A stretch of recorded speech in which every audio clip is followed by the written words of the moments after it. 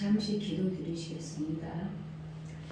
사랑의 하나님, 참으로 감사합니다. 때론 연약하여서 넘어지고 실패함에도 불구하고 아버지 눈동자같이 우리를 지켜주시고 간섭해 주시니 참으로 감사합니다. 너희를 고아와 같이 버려두지 않는다는 주님의 약속의 말씀을 믿습니다. 아버지, 저희들 이 시간 가운데 치료의 강선을 부어주시어서 아버지, 연약한 자 있습니까? 상처받은 영혼이 있습니까? 주님, 마음이 아픈 자 있습니까? 병든 자 있습니까? 주님, 치료하여 주시옵소서. 진히 안수하여 주시옵소서. 회복의 시간이 될수록 축복하여 주시옵소서. 성령의 기름 부어 주셔서 예배 가운데 주님의 음성이 들려지기를 원합니다. 소송되는 영혼들이 일어나길 원합니다. 주님께 의탁합니다. 감사드리며 예수 그리스도 이름으로 기도드렸습니다. 아멘.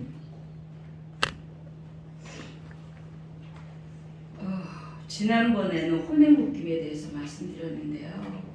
자, 기억나실지 모르지만 우리가 삶의 여정 가운데 여러분, 우리가 힘든 거는 다 혼의 묶임이에요, 사실. 그런데 오늘은 나의 정체성에 대해서, 나는 왜 이럴까? 여러분, 그런 것이 다 있죠. 우리 연약하기 때문에 넘어질 수밖에 없고 하나님을 믿노라 하면서도 순간순간 좌절하고 낙마하고 살 때가 많아요. 하나님 없는 사람같이 살 때가 많습니다. 그래서 오늘은 나의 정체성에 대해서, 나의 뿌리에 대해서 좀 알아보고 나를 발견하는 시간을 가질 거예요. 첫 강부터 얘기했지만 우리의 죄는 아담의 뿌리부터 왔다고 했죠. 사단의 유혹으로 교만이 들어오고 거절감, 수치심, 두려움, 결핍, 기본적인 감정이 우리는요 좋은 감정이 아니에요. 왜냐하면 원죄로 인해서. 그 다음에 우리나라 민족성은 어때요? 한민족이죠. 우리나라 역사는 왕조시대 때 사도세다 같은 경우에는 아버지 영제로부터 뒤지에 갇혀서 죽었어요. 자기 자식은. 그 다음에 장희빈은 남편이 망한테 사약을 먹고 죽었어. 우리나라 민족성은요. 그 다음 외정시대 36년의 식민지 시대가 있었잖아요. 우리 뿌리는 이렇게 한민족이야. 슬플 수밖에 없어. 문제가 닥치면 반응이, 우리는 소망으로 반응할 수가 없어요. 혼의 영역을 발동하지. 그래서 하나님 모르고 사는 사람들이 전 기적이라고 생각해요. 힘든 일을 어떻게 버텨나갈까. 그래서 우리는 거기에다가 또 우리 조상의 3, 4대, 제가 지난주에도 말씀드렸지만 우리나라 기독교 역사가 200년도, 최초의 교회가 180년 됐다 했잖아요. 그러니까 200년 정도. 그러면 2세기, 세대수로는 3, 4대가 되거든요. 그러니까 그 전 세대는 얼마나 많은 그 우상 숭배, 중독, 자살도 많았어요. 옛날에 우리가 드러나지 않아서 그렇지. 그다음 음란, 옛날 어르신들 바람 안 핀 사람은 거의 없잖아요.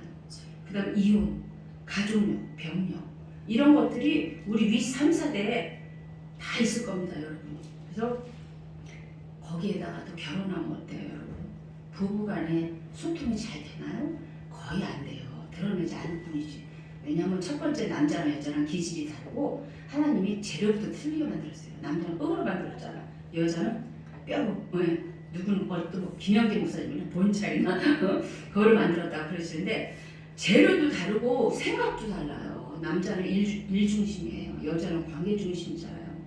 부부간에 싸우는 것도 자녀를, 저도 어렸을 때 그랬어요. 우리 성진이 어렸을 때. 난 바빠 죽겠는데 애를 봐줬으면 좋겠는데 목사님 TV를 보는 거야. 그때는 이제 목사가 아니야. 집사님이었죠. 그 꽉꽉 대고 혼자서 여기 숙제 좀 해주죠. 막 그런데 나중에 안 보여요. 그러니까 남자는 뭐 하나 딱 꽂히면 그것밖에 안 보여요. 축구 보면 축구에 꽂히는 거야. 이게 안 보이는 거야. 그리고 밖에 나가서 일하는 그 특징이 있기 때문에 일이 우선이에요. 근데 와이프는 안 그러잖아. 뭘 좀 소소하게 해줬으면 좋겠는데 그런 게 굉장히 답답합니다. 근데 나중에 원리를 알고 남자는 이렇구나. 그래서 남자 여자를 아는 것도 너무 중요해요. 그래서 원시 시대 때도 그랬대잖아. 불속 생활을 하는데 남자는 딱 사냥 그 기구 메고 나가서 사냥 탁 해갖고 가져오고 또 볕단이나 무슨 돌이나 이런 것도 다 추수해서 던져주면 여자는 이제 동굴 안에서 다 분리하잖아요. 콩, 팥, 조 이렇게. 그 다음에 사냥한 것도 다들 각을 떠서 버릴 거 버리고 음식하고. 하나님 그런 구조를 만들었어요. 그러니까 부부싸움 날 때는 그 생각을 하세요. 그럼 좀 버릴 수가 있어. 우리 뭐 모르잖아요. 결혼 초기에는요. 그래서 저도 맨날 속상했었어요. 목사님 참 자상한 성격이군요. 그런데도 알아서 해주길 바랬던 거야. 내가 일할 때는 아 얘도 좀 봐주지. 왜 TV만 보고 있지? 속으로 꽉꽉꽉 그런 적이 많았거든요.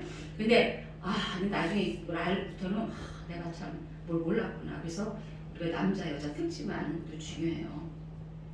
그래서 오늘은 이 우리 가게의 흐름은 어떻게 보면 저주라고 할 수도 있고요. 저주는 끊어졌잖아요. 근데 영향력이라고 저는 표현해요. 어떤 분들은 저주라고 말씀을 해요. 같은 거라고 저는 보거든요. 결혼하면 우리가 자녀를 낳잖아요. 자녀를 낳기 전에 성의 결합이 있잖아요. 이것이 공유의 영이도 있습니다, 여러분. 왜냐하면 자녀가 뱃속에서 자라잖아요. 10개월 동안 난자와 정자가 만나가지고 거기서 형성이 돼서 10개월까지 있을 동안에 양쪽 가문의 영이 들어옵니다. 좋은 영만 들어오면 되는데 나쁜 영도 들어오거든요. 남편 가문의 영, 그다음 아내 가문의 영. 그래서 어떤 치유 목사님은 한 10년 됐나요? 목사님하고 그때 총신대에서 잠깐 한 적이 있는데 그분이 그러시더라고요. 부부싸움은 아내 가정의 귀신들과 남편 가문의 귀신들의 싸움이다. 이렇게 표현하시더라고요. 그러니까 영의 세계가 분명히 여러분이 싸우는 게 그냥 내 혼의 영역이 아니라 거기에다 집짓는 사단의 역사가 있거든요. 그래서 우리가 이 공유형도 있다. 그래서 자녀가 어떻게 보면 2대 3대는 더 강력하게 붙들릴 수 있어요. 신앙생활 제대로 해서. 그래서 저는 청년들이 살아나야 된다고 늘 그러는 게 우리 다음 세대가 살아나야지. 그 다음 세대는 편안해져야 되잖아요. 여기 우리나라에서 세대가 제일 오래되게 할 6대 같더라고요. 6대 손에 부모가 신앙생활하는 게 그러더라고요. 한 30년 정도로 잡으면 6대. 그런데 보통 여기 1대, 2대, 3대잖아요. 저희 가문도 우리 가문 우리 엄마가 믿었지만 목사님 먼저 믿어서 엄마를 전도했거든요. 그러니까 목사님이 1대 어떻게 보면. 그래서 1대, 2대, 3대 정도까지는 그냥 힘들어요, 여러분. 그거를 생각하시고 하루아침에 좋아지면 얼마나 좋겠어요. 근데 귀신은 죽이고 멸망시키는 실체를 아시고 오늘 나를 찾는 거를 좀 알아보려고 하는데요. 말씀 한번 볼게요. 히브리서 12장 15절 한번 찾아보실게요. 히브리서 12장 15절.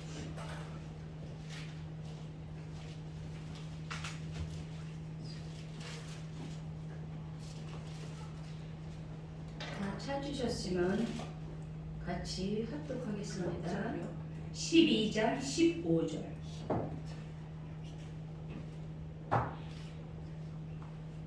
시작. 너희는 하나님의 은혜에 이르지 못하는 자가 없도록 하고 또 쓴뿌리가 나서 괴롭게 하여 많은 사람이 이로 말미암아 더럽게 되지 않게 하며.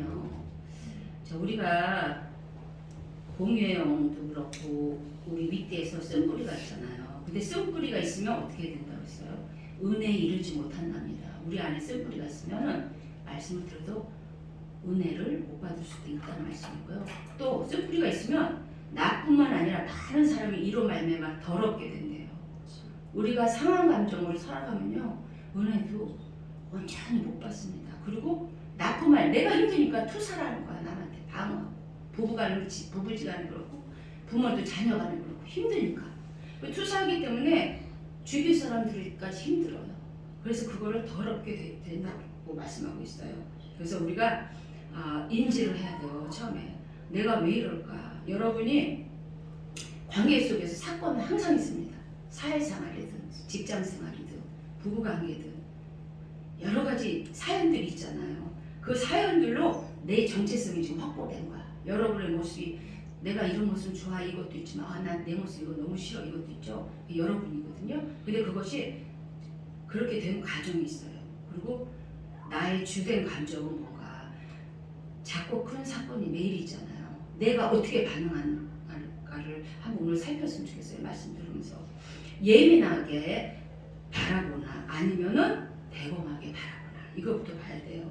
그리고 문제를 대범하게 바라보지 않으면 함몰됩니다. 악영향이 돼서 내 몸도 마음도 아프면 어떻게 돼요? 몸도 아프고 질병도 따라올 수밖에 없어요. 제가 결혼 초기에 우울증으로 시달렸다 그랬잖아요. 마음이 아프면 몸까지 상해요. 뼈도 온마디가 다 아팠었어요. 진짜 걸어다니는 한 30분 걸으면요 누워 있었어야 됐어. 왜냐면 마음이 상하면 몸이 같이 상합니다. 그런데 그런데 이것이 몰랐던 거지. 하나님을 믿는다고 하면서도 내 믿음도 별로 안 좋았지만 내 혼의 영역에 붙들려고 그렇게 힘들게 살았어요. 근데 하나님이 늘 말했지만 문제 바라보지 마라.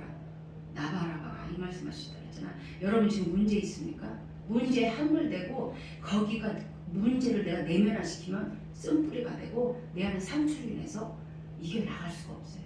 힘든 세상을. 그래서 문제 바라보지 말고 완전하게 주님을 바라보라. 그 말을 나중에 알아듣고 제가 반응하면서 건강해졌거든요. 그래서 오늘은 우리가 이런 시각으로 바라보면요, 어떤 문제가 생겨도요 편안하게 수용하게 돼요. 방법을 찾게 돼요. 함몰하지 않고. 그래서 우리가 작은 문제가 생기면 탁 먼저 머리를 여러분들이 생각을 그럴 수 있다. 이 또한 지나가리라. 이거 너무 중요하거든요.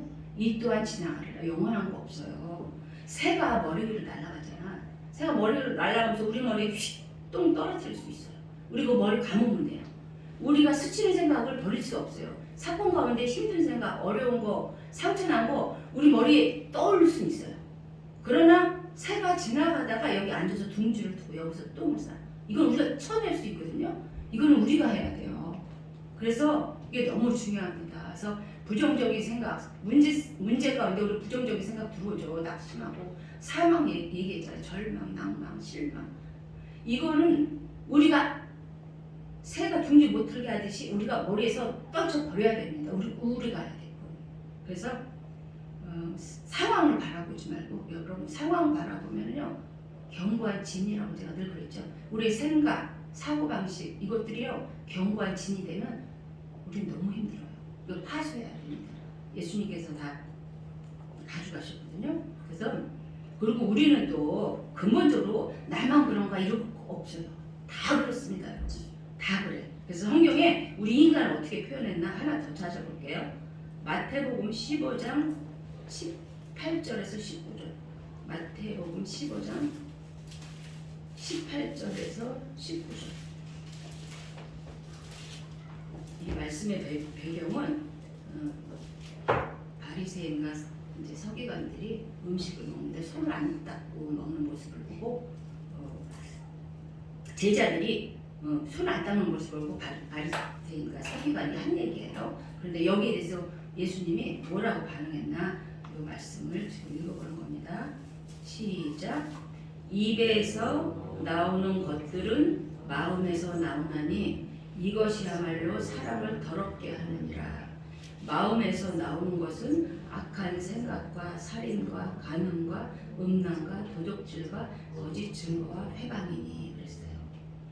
우리가 손 안 씻고 먹으면 사실 위생상이 안 좋잖아요. 제자들이 그냥 먹으니까 바리새인과 서기관 그러니까 예수님 이 말씀하신 거예요. 너희들 입으로 들어가는 게 더러운 게 아니야. 너희들 입에서 나오는 게 더러운 거야. 이 말씀이거든요. 우리가 입으로 얼마나 불신의 말을 많이 하고 불평하고 환경이 어려워지면 낙담하고 이게 얼마나 이게 더럽게 우리를 만드는 겁니까? 그 다음에 내 가족도 더럽게 만들고 주변도 더럽게 만드는 거거든요. 하나님이 예수님이 딱 이렇게 규정을 했어요. 그래서 결국 우리는 우리가 죄인임을 인정하지 않을 수밖에 없거든요. 그리고 우리가 또 상처를 저는 그렇게 예전에 한번 그 생각이 나더라고요. 종이컵 있잖아요. 종이컵이 있고 그 다음에 이런 플라스틱이나 사기컵 있어요. 그다음 우리는 또 스테인리스 컵 있죠. 그 컵도 있어요. 종이컵은 손으로 푹 치면 그냥 푹 쭈그러들어요. 근데 사기나 플라스틱은 집어 던지면 깨지죠. 망치나. 그러나 스테인리스는 깨지지 않아요. 우리 내면이 그렇다는 거죠. 우리가 영의 부분이 강해지고 혼의 부분이 작아지면 스테인리스 같이 전혀 영향 안 가질 수 없어요. 우리는 감정이 있으니까. 감정이 동물이니까. 그러나 새가 둥지 또 쓱 지나가듯이 우리가 얼른 쳐낼 수 있거든요. 그래서 어쨌든 영이 강해져야 돼요, 여러분. 그러기 위해서는 말씀과 기도밖에 없다고 제가 늘 얘기하죠. 그래서 우리가 스테인리스 같은 그러한 내면으로 되기 위해서 우리가 말씀과 기도에 전무했으면 좋겠어요. 그리고 그런데 우리만 이렇게 약합니까? 제가 이걸 준비하면서 약간 눈물이 나오더라고. 너무 감사해서. 뭐 하다가 감사했냐면 예수님의 족보를 좀 찾아봤어요. 예수님의 족보를 찾아봤는데 마태복음 1장에 나오는데요. 거기 이름이 한 50여 명이 이제 거론돼요. 그런데 거기에 그의 형제들까지 아마 100여 명 될 수도 있어요. 그런데 그 중에서 4명의 여성이 나옵니다. 다말, 라합, 룻, 바세바. 근데 이 여인들이 정상적인 여인이 하나도 없어요. 이걸 발견하고 다말 알다시피 여러분 시아버지와 창녀로 변신해서 자녀 낳았죠. 라합은 기생이었죠. 룻은 보리타작 마당에서 보아스 발밑에서 만난 사람이죠. 바세바는 어때요? 다윗을 가늠해서 우리의 아니잖아요. 4명만 여인을 딱 써놨는데 다 정상적인 여인이 아니에요. 정상적인 여인이 아닐 뿐만 아니라 이방 여인들이에요. 이스라엘 백성도 아니에요. 그래서 이렇게 당신이 하나님이 이 땅에 내려오실 때 계보까지 우리 죄인의 계보를 갖고 오셨더라고요. 이거를 딱 깨달은 순간 하나님의 사랑이 너무너무 감사한 거예요. 거기에다가 또 예수님 어디서 태어나셨어요? 우리가 지금 병원에 갑니까? 집에서 태어났습니까? 마구간에서 낮고 천한 모습으로. 예수님이 하나님이시잖아요. 하나님이 우리 창조하시고 당신하고 교제하고 행복하게 살려고 에덴 동산을 딱 부르는데 하나님 말씀을 신뢰하니까 사단 말 신뢰한 거잖아요. 사단 말 신뢰해서 선악과 따먹은 거예요. 하나님이 이 모든 거 너희 누려.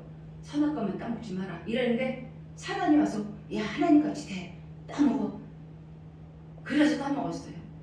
하나님은 우리를 선하게 영생구나 같이 살기 위해서 에덴 동산에 뒀는데 우리 선택이 어떻게 됐어요? 사단의 말에 유혹돼서 끌려갔어요. 그런데 하나님은 당신이 우리를 만들었잖아요.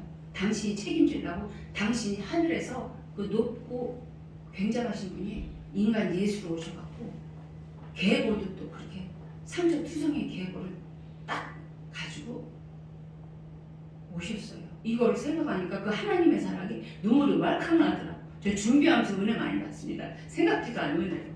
그래서 거기서 끝이 게 아니고 너희들은 소망이 없어서 마지막 마리아한테는 어떻게 했어? 성령을 잉태하시잖아요. 인간은 거기까지. 너희 계보는 나랑 똑같아. 그러나 마지막 성령을 잉태하사. 동정녀 마리아. 여러분 치유는요 성령님으로 말면 방법이 없어요. 왜 하나님의 계보가 그렇게 죄인들 모습으로 오셨겠어요? 너희들은 안 된다. 내가 예수를 하나님으로 내려오지만 그렇지만 인간은 안 돼. 여러분 지금도 문제 있는 분들 많이 계시죠. 드러나지 않아서 그렇지. 여러분이 성령님을 정말 의지하면 그분은 완전하신 분이에요. 그래서 우리의 시각의 변화되는 시간이 됐으면 좋겠어요.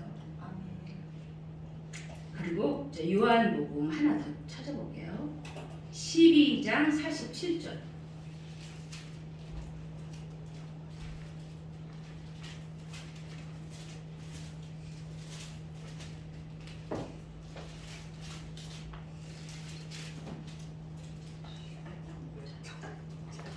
다 찾으셨죠? 47절. 다 같이 읽어봅니다. 사람이 내 말을 듣고 지키지 아니할지라도 내가 저를 심판하지 아니하노라. 내가 온 곳은 세상을 심판하려 함이 아니요 세상을 구원하려 함이로다. 초림 예수님은 우리를 구원하러 오셨잖아요. 근데 재림 예수는 심판하러 오십니다. 근데 여기는 세상을 심판하지 않는데요. 무슨 말씀이실까? 우리가 자녀들 교육할 때 그러잖아요. 넌 내 자식도 아니야. 그건 속상해서 하는 말이잖아요. 내 자식이 아닌 거야. 이건 똑같은 말이거든요. 사람이 내 말을 듣지 우리가 100% 못 지킵니다. 예수님 말씀, 하나님 말씀. 사람이 내 말을 듣고 지키지 아니할지라도 내가 너희를 심판하지 않을 거야. 내가 온 것은 세상을 심판하러 온 게 아니라 세상을 구원하러 왔어. 이게 목적이에요. 근데 마지막에 사단의 끝까지 역사를 위해서 우리가 죄악된 길을 가면 심판으로 가죠. 그러나 예수님과 하나님 마음이 이거예요. 그러니까 여러분 뭐로 그랬어요? 십자가의 은혜로. 그죠? 요한복음 13장 5절에서 10절 보면은 예수님이 제자들 발 씻기는 사건이 나와요. 근데 예수님이 스승이 제자를 발 씻기려고 하니까 베드로가 첫 번째 제 발 못 씻깁니다. 예수님 절대로 안 됩니다. 그러니까 뭐라고 하셨냐면 내가 너 발을 씻기지 않으면 너와 나 상관없어. 여러분이 내 죄는 예수님이 씻겨줘야 깨끗해지잖아요. 그 증표로 이렇게 말씀하시거든요. 그러니까 베드로가 또 단순하면서 또 의리 있고 얼른 그랬잖아요. 그러니까 얼른 뭐라 그러냐면 그럼 손과 머리도 씻어주세요. 그래요. 그러니까 13장 10절에 보면 예수께서 가라사대 이미 목욕한 자는 발밖에 씻을 필요가 없느니라. 온몸이 깨끗하니라. 너희가 깨끗하나 다는 아니리라. 여러분 회개했잖아요. 여러분 예수님이 나의 구주 나의 하나님 믿죠. 그럼에도 불구하고 그래서 여러분 천국 백성이라는 거 믿죠. 그러나 여러분 지금 삶 속에서 늘 행복하고 충만하고 기쁨으로 삽니까? 자유를 누립니까? 우리는 때로는 넘어지고 자빠지고 이럴 수가 없어. 하나님 믿지 않는 자같이 살 때가 많이 있잖아요. 환경 가운데. 그랬기 때문에 예수님이 너희는 깨끗하나 다는 아니니라 전제를 뒀어요. 그래서 그런데 이거는 뭐로만 가능합니까? 이것도 읽어봐야 돼요. 이사야 53장 5절 6절 찾아볼게요. 오늘 좀 많이 찾아볼게요. 이사야 53장 5절에서 6절.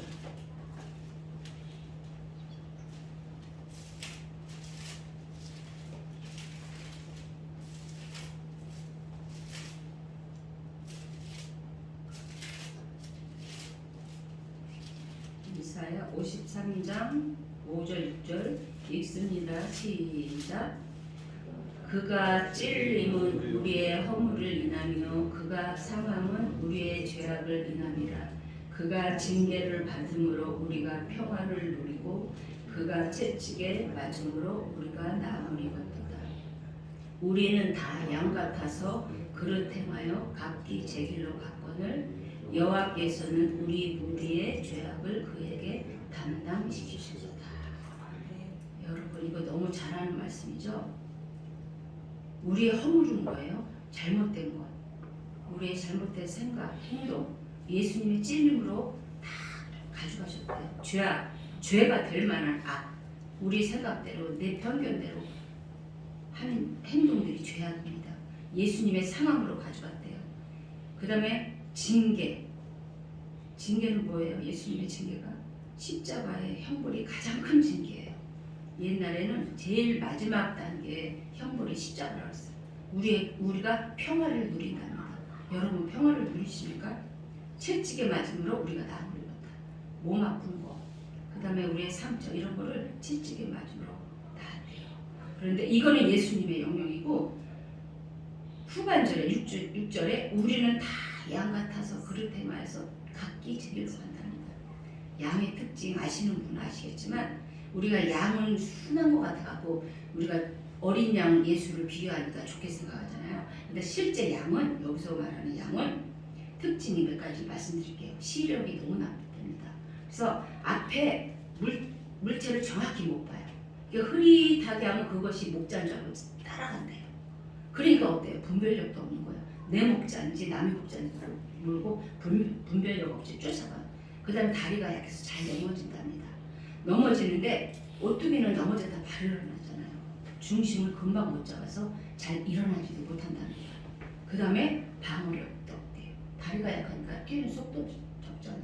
뛰는 속도 적으면 피할 수도 없어. 그 다음 제멋대로야 또. 순하기도 하지만 이기적이랍니다. 본인이 먹이기 싫으면 양 새끼한테 먹이지도 않는데요. 그리고 자기 먹는 것만 집중한대요. 여러분 우리를 이렇게 비유했어요. 하나님이 예수님이 너희는 양 같아서 그릇 행하여 각기 제 길로 간답니다. 우리 모습이잖아요. 저는 이거 양의 특징하면 너무 은혜가 되는 거야. 어쩜 우리를 이렇게 잘 표현했을까. 그래서 목자가 없으면 하루도 살 수가 없대요. 양은. 그래서 성경에 많은 그 목자, 나는 선한 목자다 그런 말씀 많이 하잖아요. 길 잃은 양들 찾아가는 목자 말씀도 있고요. 우리가 그런 형편없는 죄인이고 연약한 존재라는 것을 너무 특징적으로 잘 말씀하셨더라고요. 그래서 우리가 하나님을 믿노라고 하면서도 왜냐하면 하나님 음성 듣잖아요. 여기 듣는 분 계시거든요.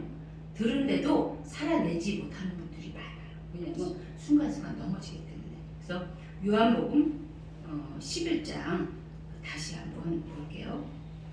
요한복음 11장은 여기가 너무 길어서 읽을 수는 없고요. 그냥 제가 말씀을 드릴게요.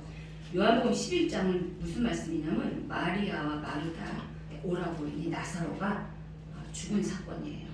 그런데 예수님이 나사로를 엄청 사랑했던 것 같아요. 이 누이들이 사랑을 보냈어요. 예수님은 다른 곳에 계셨거든요. 그래서 사랑하는 자가 병들었나이다. 나사로가 병들었나이다. 예수님께 통보했어요. 그때는 이미 죽지도 않았어요. 그런데 예수님께서 뭐라 그랬냐면 죽을 병이 아니라 하나님의 영광을 위함이라 이렇게 전달을 했어요. 그리고 예수님이 또 눈물을 흘리면서 나사로 집으로 갑니다. 얼마나 사랑해서 그렇겠어요? 가서 보니까 무덤이 있은 지 나흘이 됐어요. 나흘이 됐으면 썩었을 거 아니에요. 그 앞에 딱 가서 예수님이 뭐라 그러냐면 돌을 치우라 그러셨어요. 근데 마르다가 뭐라 그러냐면 죽은 지 나흘이 됐습니다. 냄새가 납니다. 예수님. 그러니까 그래도 치우라 그랬어요. 그 돌을 치웠어요.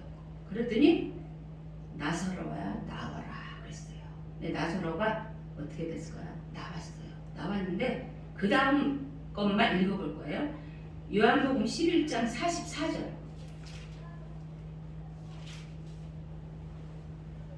44절 읽습니다. 시작. 죽은 자가 수족을 배로 동인 채로 나오는데 그 얼굴에 수건에 쌓였더라. 예수께서 이르시되 풀어놓아 다니게 하라 하시니라. 나사로를 살려놨잖아요. 예수님이 살려줬는데도 배에 통해서 꽉 묶여있으니까 움직일 수도 없어요. 뭐 아무것도 할 수가 없습니다, 여러분. 이거 어떻게 보면 부활시킨 거잖아요. 우리 부활신앙이 있다고 이부는 얘기해요. 왜냐하면 예수님이 십자가에서 돌아가시고 부활하시기 때문에 우리도 부활한 겁니다. 그런데 나사로처럼 꽁꽁 묶여있으면 여러분 아무 힘도 못 씁니다. 그런데 뭐라 했어요? 예수님 풀어놓아 다니게 하라. 여러분 이거 너무 중요합니다. 나사로를 살리신 게 중요한 게 아니라 우리는 구원 받았어요. 사는 동안 능력 있게 살아야 되잖아요. 맨날 무기력하게 당하고만 살 겁니까? 여러분 학습된 무기력이라는 게 있어요. 공부도 마찬가지고 자녀들 공부하다 보면 못하는 공부 막 지적질하고 너 이것도 못해 막 주눅들게 하면 학습된 무기력으로 인해서 문제만 좀 어려워도 시도도 못한답니다. 이게 학습된 무기력이에요. 근데 신앙생활도 똑같다고 생각해요. 문제가 생기면은 거기에 눌려가지고 꼼짝도 할 생각을 못해. 학습된 무기력도 신앙생활에서 저 있다고 봐요. 그래서 우리가 이거를 알고 내가 문제가 생기면 바로 돌이켜야 돼요. 어떻게 돌이켜야 돼요? 말씀으로. 하나님의 말씀은 다 소망과 희망. 제가 힘들 때 그랬잖아요. 앉아서 기도하면 다 희망의 말씀. 광야에 길을 내고 사막에 왜 그런 말씀을 주셨어요. 그리고 너를 통해서 뭐 치료의 강선이 나는 죽겠는데 그런 말씀만 주는 게 안 믿기는 거지. 언제 이래요? 언제 이래? 이러는데 하나님의 말씀은요 반드시 그렇다고 100% 치유된 거 아닙니다. 100%는 주님 부르시는 그날까지 가야 돼요. 과거보다 점차 강해졌다는 거죠. 그렇기 때문에 우리가 우리 시각을 변화해야 되는데 여러분 문제 바라보지 마세요. 문제 바라보면 여러분 내면에 상처만 강화돼가지고요 우리 무기력해집니다. 뭘 창조성 있게 할 수가 없어요. 그래서 썰뿌리로 인해 삶의 고착화된 패턴이 있을 거예요. 나는 누구의 무슨 말을 들으면 너무 견디기 힘들어. 부부관계는 남편의 어떠한 말에 의해서 잡히는 경우가 많거든요. 부부관계는 또 아내의 말에 잡히는 경우가. 근데 이거는 패턴을 바꿔야 돼요. 그리고 언어, 습관, 이 불합리한 그 사고의 그 영역은요 주님께 내어드리세요. 우리가 못합니다. 주님께 내어드립니다. 주님께서 십자가에서 다 이루시죠. 아까 얘기했죠. 채찍이 맞으므로 다 우리의 상함을 다 가져가셨어요. 그리고 그분을 바라보면서 선포해야 됩니다. 우리 입술로 자꾸 선포해야 돼. 파쇄기도 하고. 왜냐면 아까 제가 기도한 것처럼 너희를 고아와 같이 내버려두지 않고 성령으로 우리 안에 계세요.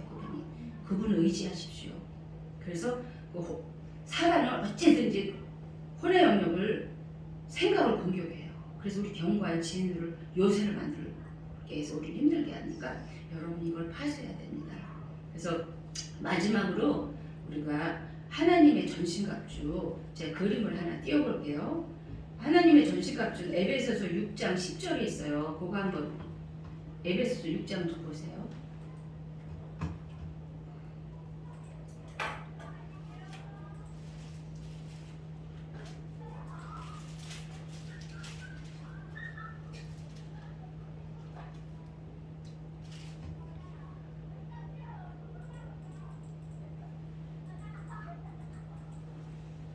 자, 전신갑주 말씀 아시죠?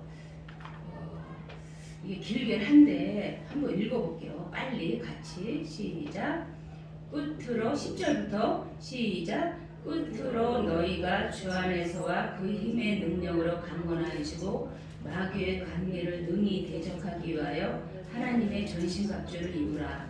우리의 씨름은 혈과 육을 상대하는 것이 아니요 통치자들과 권세들과 이 어둠의 세상 주관자들과 하늘에 있는 악의 영들을 상대함이라.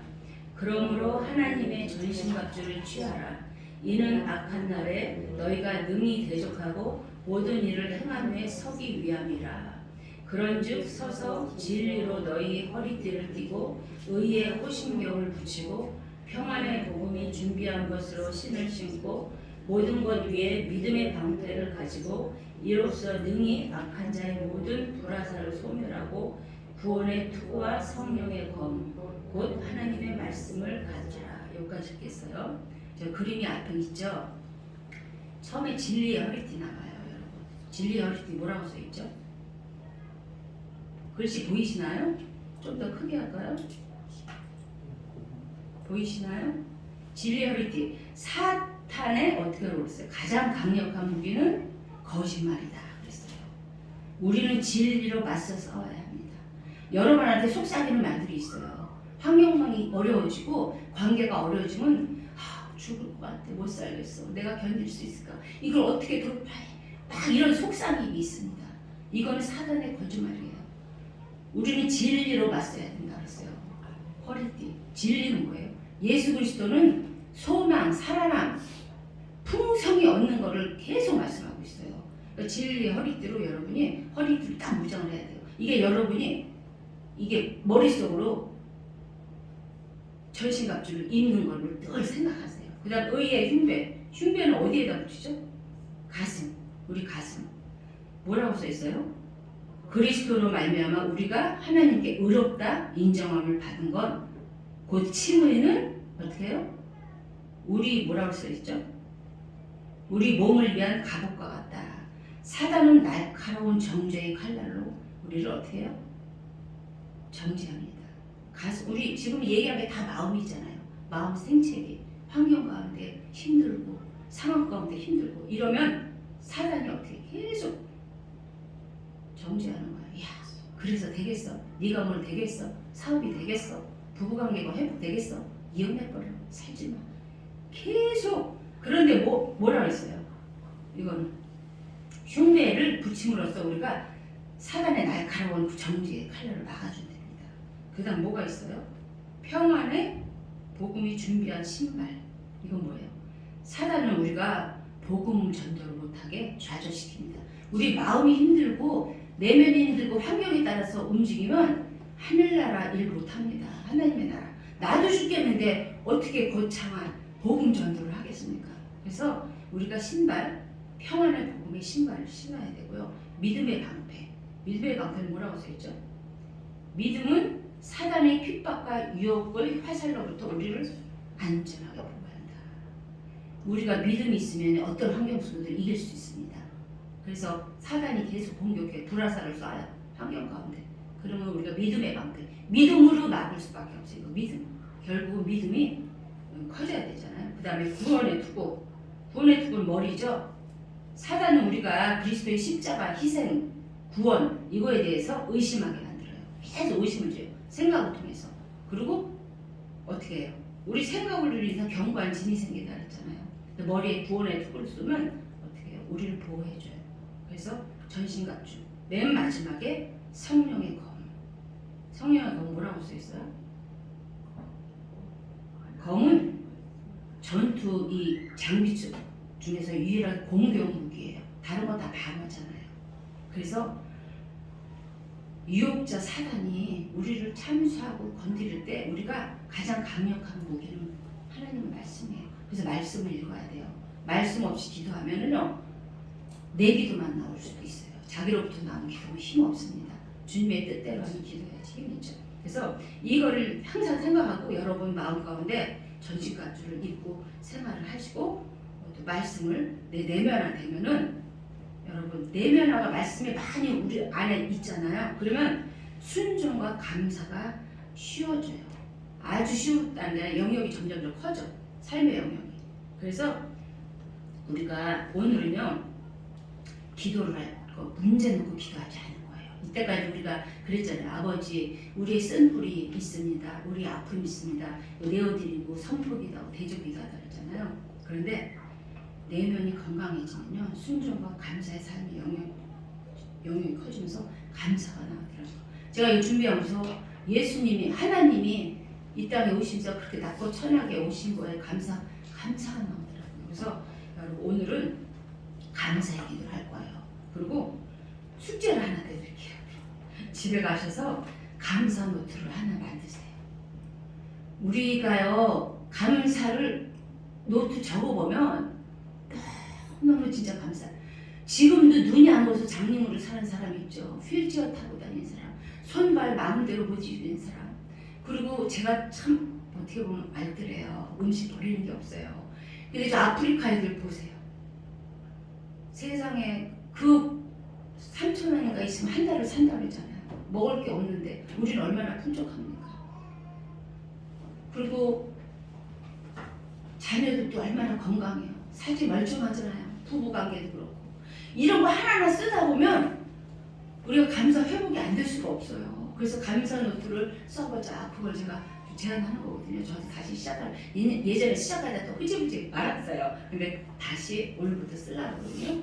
처음에는 큰 감사만 생각이 돼요. 아, 이래서 감사. 근데 나중에 쓰다 보면요. 내가 두 눈 뜨고 있는 것도 감사가 되는 거예요. 여러분, 주님의 뜻대로 기도해야 주님이 응답하신다고 그러잖아요. 주님의 뜻은 명확해요. 항상 기뻐하라. 쉬지 말고 기도하라. 범사에 감사하라. 이렇게 감사의 노트를 쓰다 보면 모든 게 감사가 되면 주님이 어떻게 돼요? 주님이 우리 기도를 들어주세요. 우리 순서 거꾸로 하지 말고 우리 뜻대로 하는 기도는요. 하나님이 너는 아주 훌륭한 기간이야. 그러면 안 들어주십니다. 여러분 성숙해야 숙성해야 단감 떫은 거 지금 저희가 이렇게 홍시를 만드는데 그것도 그렇더라고요. 시간이 돼야 이게 숙성이 되지 빨리빨리 됐으면 안 되더라고요. 하나님도 저희들 가운데 훈련시키는 영적 훈련의 단계가 있어요. 여러분 크게 쓰는 그릇일수록 달린이 더 큽니다. 여러분이 힘든 일 있으면 감사하십시오. 나를 하나님이 얼마나 크게 보시면 이러실까. 사람이 성경에 보면 시험을 이길 만한 시험 주신다 그랬잖아요. 여러분 캐파가 안 되면 그런 시험 안 줘요. 그러니까 시선을 하나님께 두고 사단의 우리가 상황 보고 바라보는 거는요. 사단한테 시선을 두는 겁니다. 그래서 마지막에 제가 시선이라는 찬양 모를 수도 있어요. 우리 새벽에 막 이렇게 일찍 깨어갖고 이렇게 묵상하는데 시선 찬양이 떠올라서 제가 이거를 그냥 갑자기 고른 거예요. 그래서 이 찬양을 아시는 분은 아시고 하시고 모르시는 분은 기도하는 마음으로 바라보셨으면 좋겠어요. 목소리 좀 크신 분은 저도 워낙 목소리가 안 좋아갖고 크게 쫓아는 못하겠고요. 같이 찬양하고 기도할 건데 감사기도 하세요. 오늘 하나님 이것도 감사합니다. 저것도 감사합니다. 감사만 기도했으면 좋겠어요.